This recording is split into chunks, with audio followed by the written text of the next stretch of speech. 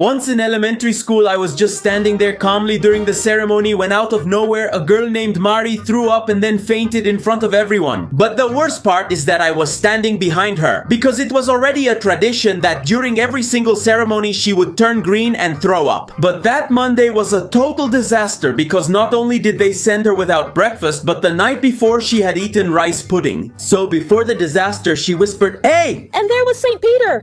And she dumped the whole gift on Panza because he was in front of her on his back. But Mari got up 2 minutes later and asked, "Is recess next?" While we were all covering our noses, the principal sent us to the classroom because of the smell. And since that incident, every time Panza ends up in front of Mari, he brings an umbrella just in case. The ceremony ended up smelling like vengeful rice pudding, so the trauma went from covering our noses to me using my nose to smell babies as if it were expensive perfume. Because once, when I was a kid, I sniffed a baby because they smell really nice. And honestly, throughout my life, I have smelled more than 1,000 babies. But when I went to a friend's house who had a newborn little brother, I started smelling him like a baby addict. Then the baby's mom walks in and sees me sniffing like a dog. She says, "They smell nice, right?" I got scared thinking they'd think I was crazy. The good thing is that later my little brother was born and I sniffed him. Sniff, sniff, what a blessing. Smelling babies left me kind of a professional weirdo, but the real betrayal of my dignity came when I bought a poster without checking it, and I ended up with Demon Slayer cat version. Once I bought a furry Kimetsu poster, but wait, before you say anything, let me defend myself. I only looked at it for a second and put it in the cart. And when I got home, all happy with my poster, I realized that all the characters had little cat paws, whiskers, and ears. I bought what I swore to destroy.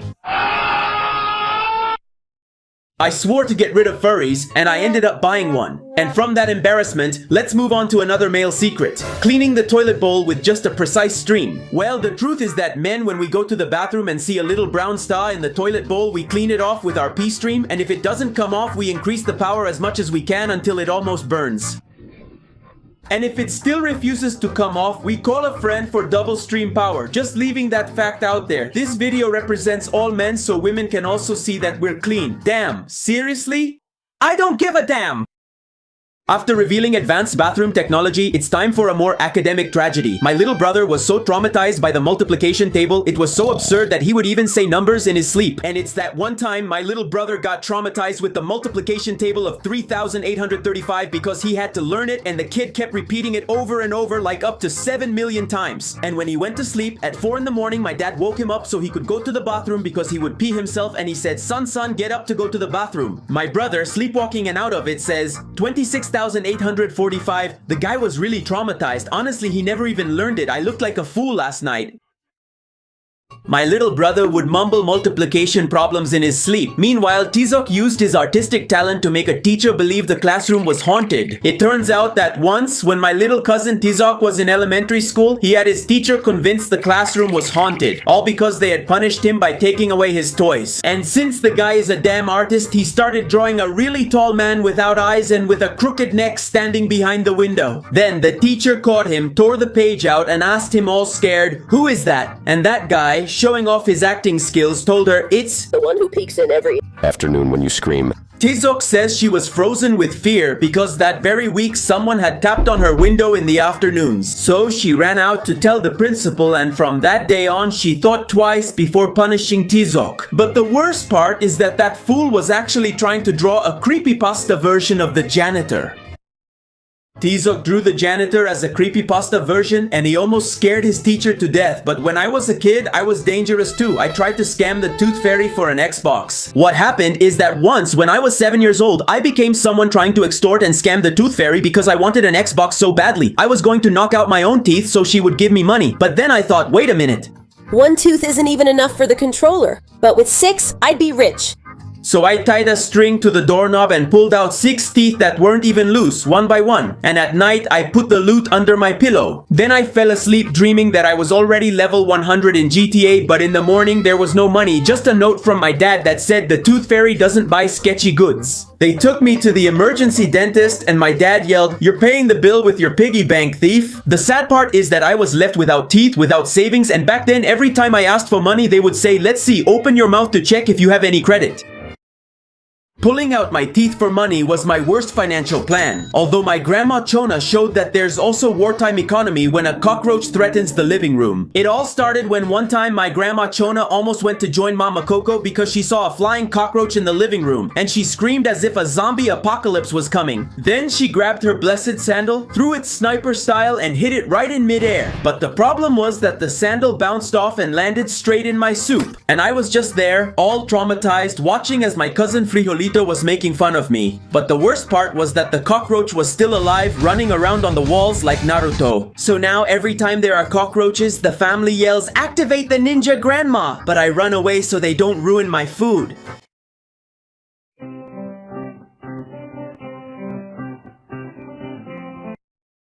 My grandma beat the cockroach with a flying sandal. That same energy showed in Makario when he cut power to the whole block by plugging half a Copel fan into the outlet. The reason is that once my cousin Makario knocked out the power for the whole block because he tried to plug his Xbox, the blender, a drill, the microwave, and the fan into the same outlet with a cheap Chinese extension cord. But there was a loud boom so loud that even the sky turned red like it was the end of the world. Then my grandma Kata started yelling, "Oh, the apocalypse has started!" "My children!" And Moharin got down on his knees to pray, but Makario showed up with a candle and said, "Tada! I'll fix it!" He touched the wire and he went flying, electrocuted like Goku. And since that day, whenever the power goes out, we all say Makario must be playing around again. I'm crazy.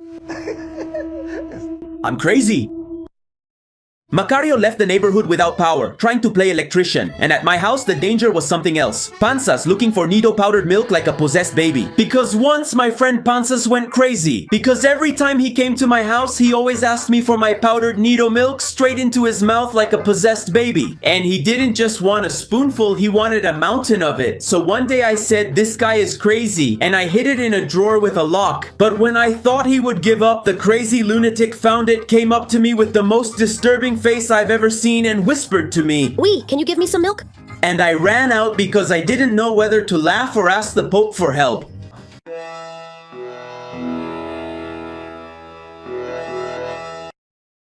Panzas chasing powdered milk already seemed like a case for the Vatican, although there are more determined kids, like one who stole his parents' car to go get a hamburger. This happened when there was an 8-year-old boy who stole his parents' car to go to McDonald's because the boy had a huge craving for a cheeseburger. So he waited for his parents to fall asleep to borrow the car and go with his 4-year-old little sister, but he had never driven before. And even so, he drove for almost 2 kilometers following traffic lights and navigating intersections and even crossing some train tracks. Then there were witnesses who saw the boy driving and were surprised because he was driving super chill like a pro. But when he got to McDonald's, the employees were surprised and thought it was a joke, but they didn't see his parents and called the police. In the end, they asked the boy, "Where did you learn to drive, little guy?" He replied, "Tutorials." YouTube tutorials on how to learn to drive in 5 minutes.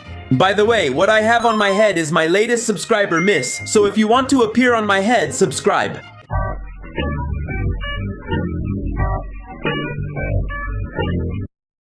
That kid learned to drive with YouTube tutorials. And to finish, it's time for another kid with too much confidence, the one who humiliated a lady in a wheelchair over the microphone during the Independence Day cry of Viva Mexico. The thing is, once a kid humiliated an old lady in a wheelchair who was paraplegic because of something crazy, he said. Because we were at the church celebration on September 15th and a kid gets up on stage and says, "I want everyone, absolutely everyone, to please stand up so we can shout Viva Mexico." So we all stood up except for the lady for obvious reasons. And then the darn kid grabs the microphone and yells at the lady, "Stand up!" "That party pooper! Don't be lazy!" And honestly, I just stood there like that. His little face? I'm a criminal. Mama, I'm a criminal. Mama, I'm a criminal. Mama, I'm a criminal. Mama.